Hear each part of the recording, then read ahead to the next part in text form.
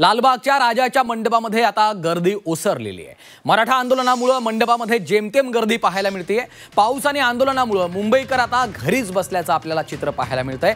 त्यामुळे आंदोलनाचा परिणाम आता दर्शन रांग कमी झाल्याचं चित्र आपल्याला पाहायला मिळतंय। लालबागच्या राजाच्या मंडपामध्ये गर्दी ओसरलेली आहे।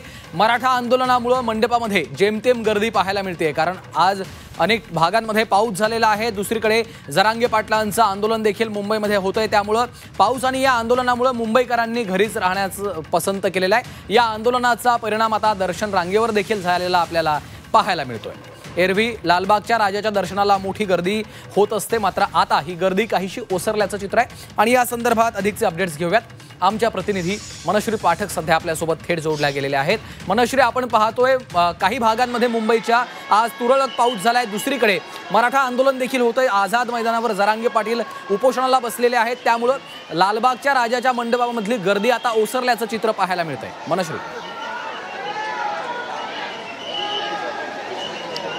अगदीच संपूर्ण गर्दी ओसरली असं म्हणता येणार नाही।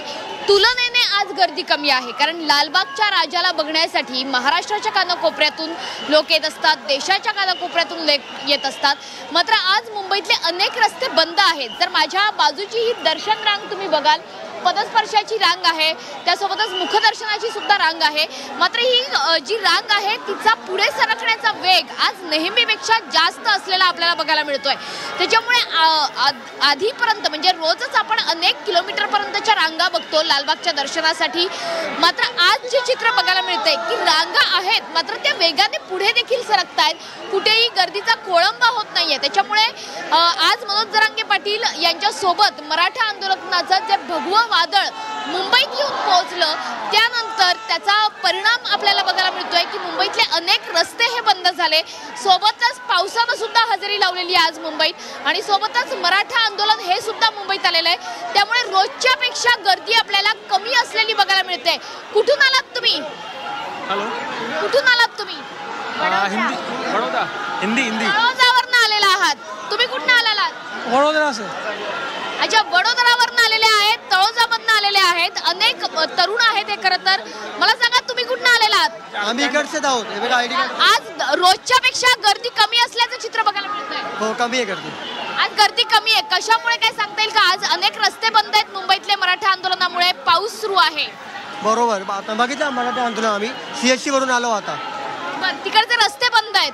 हो, रस्ते बंद आहेत, लय ट्रॅफिक आहे तिकडे त्या साईडला। आज रोजच्या पेक्षा आपल्याला दर्शन रांग लवकर पुढे सरकताना दिसते। आज लवकर दर्शन होत आहे लालबागच्या राजाचं। ना लवकर दर्शन होत आहे, तर आम्ही स्वतः लाईनीमध्ये आलोय 5ला बघता, आम्ही स्वतः हे लाईन लावून आलोय आता।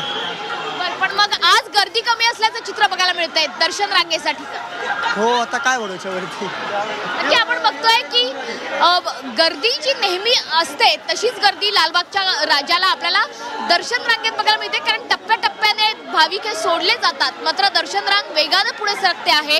एकीकडे लालबागच्या राजाला बघण्यासाठी आतुरलेले असतात लोक, आणि सोबतच दर्शन रांगेमध्ये जे लोक येतात त्यांना सुद्धा लालबागच्या राजाचा पदस्पर्श हवा असतो। निश्चितच मनश्री, त्यामुळे आपण पाहतोय काही प्रमाणामध्ये आता ही गर्दी ओसरल्याचं चित्र पाहायला मिळतंय। धन्यवाद या सविस्तर माहितीसाठी।